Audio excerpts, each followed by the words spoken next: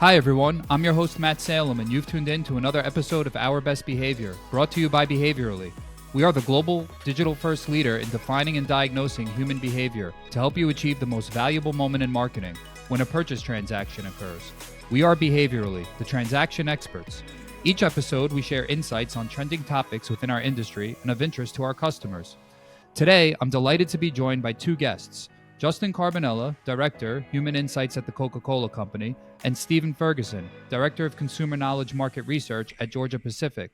We are going to discuss the utilization of AI in the insights industry as it revolutionizes data analysis, decision making, and helps us derive valuable insights. Gentlemen, welcome. Thank you so much for joining today. Good to see you both. How are you? Doing good. Thanks for having me. Yeah, doing well. I appreciate the opportunity and always good to talk with you. Oh, thank you. Appreciate that from you both, and want to know how things are going. Just to start off, we're in the thick of summer here. From left to right, Stephen, you're on my left. I'll start with you. Just tell me how your summer's going, what's going on, followed by Justin. Let's kick things off proper here. I hope you're having some fun during the summer. Yeah, I mean we're trying to. I've taken my kids to the river and the pool a few times. The biggest struggle though is just finding camps that they can go to so I can work. You know, we've had a few days where they're destroying the house and I'm trying to do work. So luckily this week we found a camp. So that's All the right. biggest theme of the summer. All right. Well, if we see something hit you in the head during this podcast, we know it's the kids are home today. So we'll keep an eye out for that. How about you, Justin? Yeah, summer it's crazy that it's already summer. I think, but so far so good. Last week I was in the Pacific Northwest, doing some visiting there. Drove up the coast, and start of August I'm going to the complete other side of the country in Northwest, up in Maine. My family has a place there, and I've been there every summer since I was a baby. So it's a good tradition, and that's what summer means to me. So very Oh, looking awesome. forward to that. Yeah. Jealous on both counts. I'm trying to find like a quick weekend getaway with my children, maybe to a water park or something. So stay tuned on that one, and I'll keep everybody posted in the Our Best Behavior community. But I digress from there. So thanks for that, and kind of swooping into the business angle as we always do on Our Best Behavior. Today we're going to talk about AI, and for starters, I just wanted to get a sense of kind of how often is AI coming up in conversation for you both? I mean, even on a personal basis to some degree, at least speaking for myself, I don't know if I'm taking more notice or it's just around me more, but watch the news. I hear stories on AI. I read it in the newspaper, and it's not even, research or insights related per se. So, like, what are you guys seeing in your own lives? And then obviously on the professional side. Yeah, I mean I think AI has been something bubbling in the background for some years now, but I do feel like with the launch of Chat GPT, it's sort of exploded. I feel like, you know, everyone is now sort of aware of AI and its potential impact on our day to day lives. I would agree with you. I'm definitely hearing more mention of it. And as friends of mine have discovered Chat GPT, we'll send each other funny things or just things that we've been able to generate using it. I think too on the professional side, again, I think that also had an impact on, okay, we need to pay attention to this now. It's been something we've toyed with here and there, with different partners we've worked with, but never has it been this, I think, pervasive sort of in conversations and what can it do? What's the risk?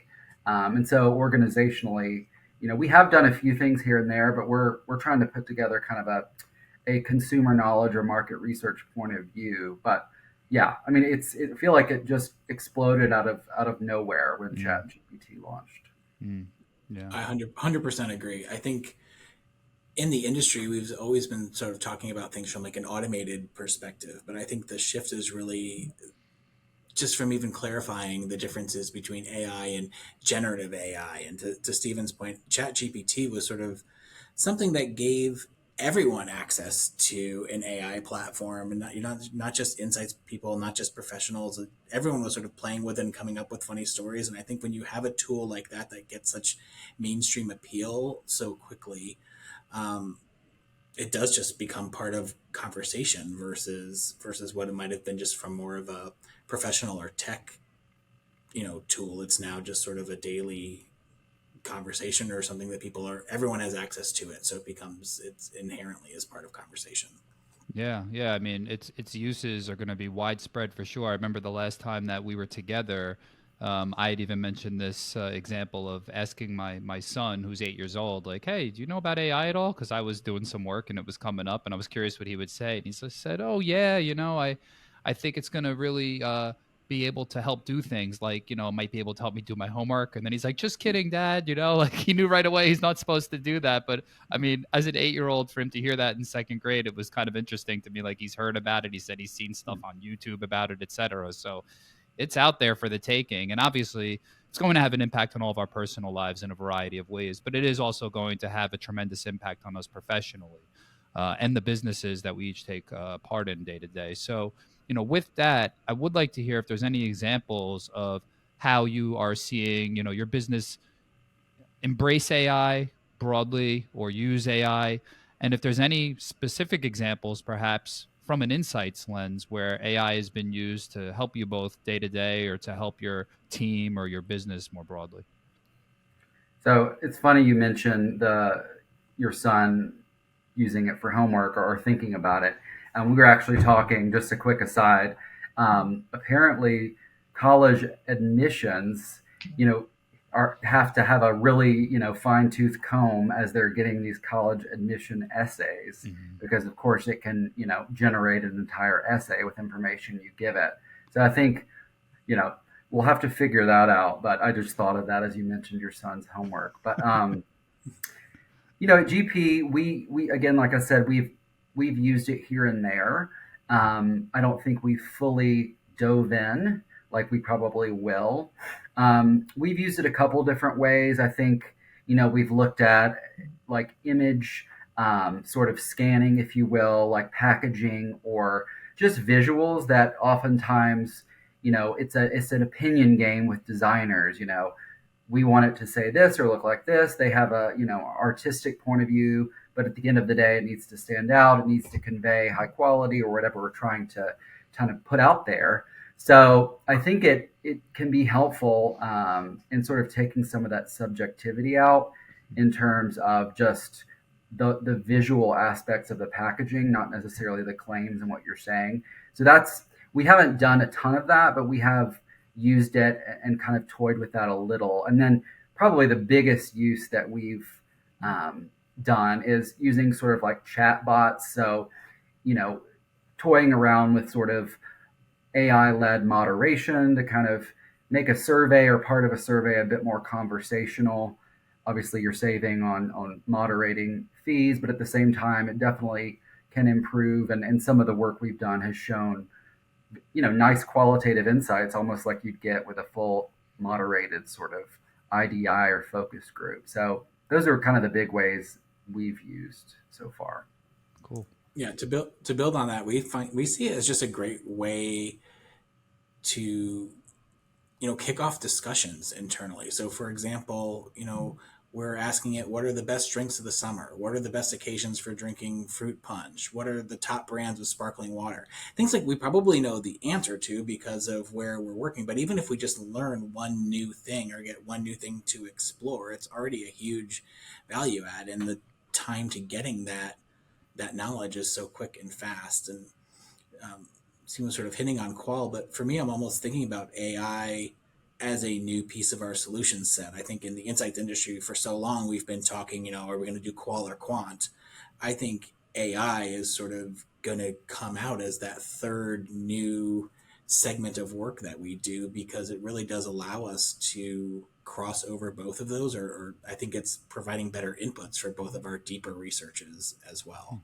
And then more of the obvious things is, in a world where things like budgets and time might not be on our side, AI has really proven to be a valuable tool from more of a standardized output perspective. So Matt, we've done, the AI test with behaviorally, we've done AI copy testing, and there really is no excuse anymore for there not to be any insights around something, at least from a timing perspective, because the tools are available to us. So I think that's really going to be one of the big changes too.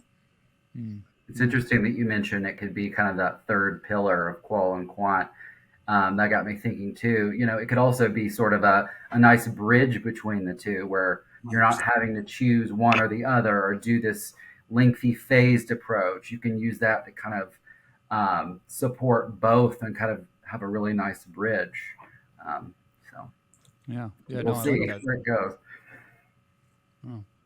Oh. Um, I heard a couple of things there that piqued my interest, both thinking about using it in a qualitative sense, and I'm curious if you see that as like simple to the point questions. Justin, you throw out some examples, right? Like, what's a popular summer drink? And to your point, could be things you already know, but maybe there's a nugget in there. And then the other piece that was interesting to me, and somewhere that my mind was going with this is, there's a lot of thought that in the future we're going to have AI bots. We're going to have AI representatives on our behalves. There will be literally the Matt Salem AI bot. Maybe it'll host a podcast while I'm sitting at my desk doing something else. I don't know, but the point is, you can almost look at the AI as a representative of a user or category user, brand user. Like, how does that make you guys feel? Is that kind of discussion happening at all, or is it too early? Because in certain ways, when you're starting to ask these questions like drinks and such, yeah, it's combing sources of knowledge and it's using prompts that we provide, but also it's acting as if it's having a summer drink in a way, right? So I was just thinking about that and wondering if I could get your guys' reactions. Yeah, I mean, I think that's an interesting point. I mean, I think that our conversations have been so broad, like what are all the possibilities? And so we've sort of gone a bit all over the place. But I think our point of view that we kind of talked about internally is it's not necessarily going to replace your job or replace this type of approach, but it can be used to sort of offload certain tasks, that are either straightforward or that it does particularly well, in which, that frees up time for you to focus on something else. I think you're still going to need that human element. So I don't think we're quite there yet, but I do think figuring out how to best use it to maximize, the human opportunity cost, I think will be, the ideal state. And I think the interesting thing about AI in all forms now is it's almost by definition constantly evolving and improving. I feel like if Mhm. I was to ask, a bot type thing a question now and 3 months from now, the responses 3 months from now are going to be better just because of what's being fed into it or what it's learning over time. And to Stephen's point, I think for every benefit there's also some limitations, but I think the value of it is only as good as the person behind the scenes sort of leading the charge, asking the right questions, but also interpreting it in the right way. And I think as an insights leader, it's on us or our teams to make sure we're using AI to inform, but not necessarily as a constantly validated, always right thing. I feel Mhm. like when I'm using it, sometimes it reminds me of sourcing websites like writing a college paper. You need to Right. make sure you're getting it from a reliable website or a reliable source before you're going to put it in your paper. And I think it's the same thing as making sure that we're clear what's been fed into this and how accurate it is, or how far along do we take this versus just using it for more of that upfront ideation. It's a good point, Justin. I will say, in some of my just playing around with Chat GPT, it has given me wrong information, which I know to be wrong. And I think, again, that speaks to the point of it's only as good as what you've taught it with or educated it with. So perhaps that's going to be a really key aspect in how we use it in market research, ensuring we're feeding it and teaching it what we know to be true, what we've learned from previous work, so that it's using that to then dig further. And some of the partners we've asked about their AI capability, one of the things I've really focused on is like, how have you taught it? And for our categories, what we know, how much education do we need to provide it? Just to see, like, hey, if we have to teach it so much, is it worth using it? But I think over time, we'll figure out how to best educate it, so that it gives accurate information all the time. And I think it's also easy to just go right to more of those conversational chatbot elements of AI versus Yeah, something that is more kind of like numerical in nature. right. I think one of the big things, and you hit it on this, Stephen, is that as insights professionals, we've always been looking to find ways that we can optimize our routines where we can focus more on the big thought provoking pieces of work and what's happening versus more of the day to day tasks. And I think some of like the automated scorecarding that's even coming out of this is a really cool tool because I know when I was starting in the insights industry, so much of my time was spent pulling data, checking data, stat testing data. And if we're able to get even just an automated brand scorecard out now that we can start using to connect some insights together on, that's a huge step for us too. So it's finding the benefits of what are more just automated template AI things versus more of that generative chat AI pieces too. Mm. Definitely. Yeah, I love all those thoughts. And where I started dovetailing to was twofold in my mind. One was, you know, open system versus closed system, so to speak, right? Like what's going into the AI and what is the access amongst users and then anyone else on the outside. And when I say users in the outside, I'm referring it more so to the business world, right? Like here at Behaviorally versus anyone outside, at Georgia Pacific, at Coca-Cola versus anyone outside. So I'm curious if there's any POV coming from senior leadership in your organizations around open versus closed as you're vetting AI, but moreover, and perhaps broader, what about the privacy issues that come along with it? The idea that AI can have too much information that it shouldn't have, and we have to be careful with who ultimately gets hold of it, or even potential bias in AI. I think we've seen examples of that. I've read stories about kind of resume scanning AI, and it started only recommending resumes that were from a certain type of applicant. And I see you guys nodding heads. It seems you've seen the same. So I guess, Justin, I'll start with you. I mean, open and closed, privacy, bias, what are some, if not all of those, if you could touch on them, what are some of the thoughts that are emanating at Coca-Cola?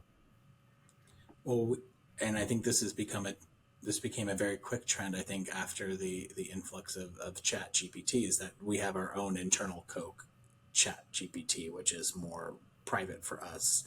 And Stephen, I'm sure that you guys have something similar as well. I think everyone just sort of wants to keep what's being fed into these machines, from a proprietary standpoint, safe and secure. And almost if you think back to just traditional quant data collection that we've always done is where understanding like where is this demographic data going and what connections would potentially be made across it as people start to use the data. So, for example, does a survey respondent who's loaded into some of these tools, can they be connected across pieces of research? And I think the best example of what we'd probably be looking for is, the last 10 years or so is GDPR compliance, just making sure that those sort of compliance standpoints are set up the same way for this tool as it is evolving. Because I think that that's the thing that makes AI so much different from other pieces of other tools we've had is that it is just growing at such a fast rate that to making sure that the right amount of compliance is in there. And from a bias perspective, I've heard exactly what you said.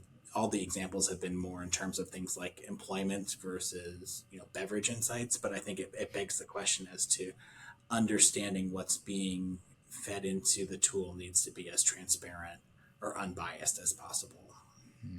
Yeah, just to build on what you said, Justin, I think there's probably a different role for open and closed AI. We share some of the same, points of view on being a little wary of the proprietary information you're either feeding into open AI or you're getting back. I think we have to just be careful from, products we've yet to launch or innovation or anything like that we're using open AI maybe for more of those um, broad topic areas that are still helpful, but ensuring we use closed AI when anything proprietary is involved. I do wonder, like, is each organization going to need to have their own proprietary AI, or will we just work with partners who we have a long history with, who have you know our privacy concerns at heart. I'm curious where that will go, but that's my point of view on kind of open versus closed.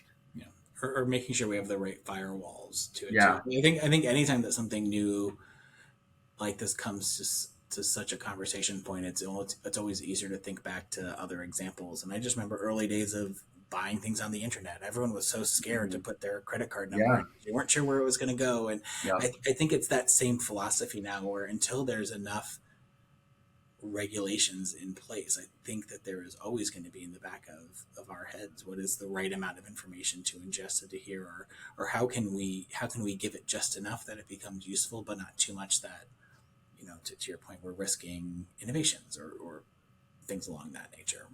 yeah, for sure.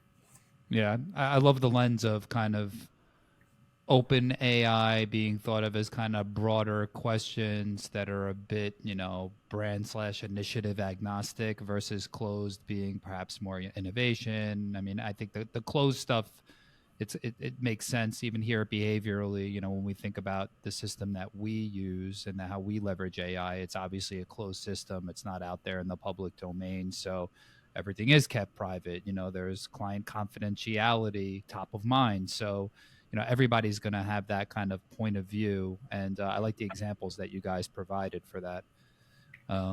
So as we begin to wrap, we've talked a bit about the speed at which AI is kind of taking off in our respective businesses. And I mean, do you see anything in the next year, in the next 3 years, in the next 5 years from an AI lens that is going to make how you operate at your respective companies drastically different? Are there any indicators, or is it still too early to tell what the impact would be? I mean, it might even be hard to fathom what the impact would be in some ways, right? I mean, just to take it out of work for a second, is it going to be like the Jetsons 10 years from now? I don't know.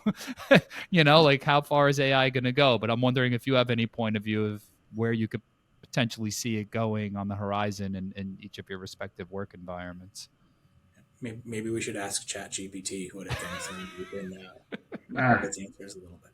But I think it's hard to be too predictive because of the speed that it's growing. But I think even with what we've seen now, it's already changed how my team approaches filling out a brief, thinking of different ideas for our consumers. If we're really thinking consumer led, this is a really quick and easy way to get some learnings on something that we might not have, internal knowledge on. If we're branching into a new category, if we're doing something like this, it's I think it's almost impossible to say that it wouldn't have any impact on the way that we're working. I think the extent to that is still to be determined, but yeah, it's almost inevitable to me. Mm, right. mm. It's so hard to predict. I know. I mean, if you had asked us, in the 90s what the internet's going to be like, I don't think any of us would have gotten the right answer. But I think it's going to come down to who's using the AI and for what purpose. Maybe we'll have people who are experts in using AI to generate a specific type of output. So I think it's incumbent on us as insights professionals to learn how it works, learn how to apply it, depending on what tools are out there. Just how things have sort of evolved, like with different data processing tools, you get the expertise there. Maybe that'll be sort of the way of the future. Like there's different AI type applications and you're certified in this one or whatever. But yeah, outside of that, it's really hard to say. Again, I don't think it's going to completely replace jobs, but I think our jobs will evolve and will offload a lot of those tasks that were really time consuming. Just where everything falls out there, I think is still to be determined. Yeah, Well, we have a new tool in our toolbox. That's sort of how Yeah. I'm viewing it, and I think it's good to know that a lot of our partners are going along the journey as well too. If I have an opportunity to AI test a pack before doing a full pack test, why wouldn't I do that? The ability to optimize then is so much higher for me. I think that those are the kind of areas and quick implications that we can start to use the tool for to really just make us better insights people. For sure. I applaud you both on those answers because that is a tough one to think about the future with AI. I mean, who would have thought a year ago that, it would be as pervasive as it is in terms of just frankly being a subject out there day to day for us, nevertheless using it in our day to day work, right? It's like constantly surrounding us. So yeah, it's tough to say where it could go, but I like some of the ideas that you guys provided and thank you for the thoughts there. As we close, I always like to do it on a bit of a fun note. So we have two great Atlanta-based businesses joining us here today on Our Best Behavior, literally minutes away from one another. What would be a cool GP Coca-Cola collabo? What could we think of that would be a cool collabo for the public if we had the ability to say, tomorrow we're going to launch this? What would it be? What could it be? I mean, I'm thinking like, we got Dixie, we got beverages. There's got to be something in there, guys. Yeah, that's where my head went. I'm like, ooh, could we do like a party pack with like disposable cups and different Yes. beverages? You just buy and go. I don't know. What do you think, Justin? You bring the cups, I'll bring the soda. I think we'll There you be go. we'll be good to go. Cool. Well, look, I really appreciate you both coming on. Thank you so much for joining. Thanks to all of our guests. All of our guests. Thanks to everyone who listened, all of our audience who listened. Justin, Stephen, really appreciate having you on. And I'd like to say we'll catch you next time. Thanks for listening to Our Best Behavior. Good. Thanks. Matt.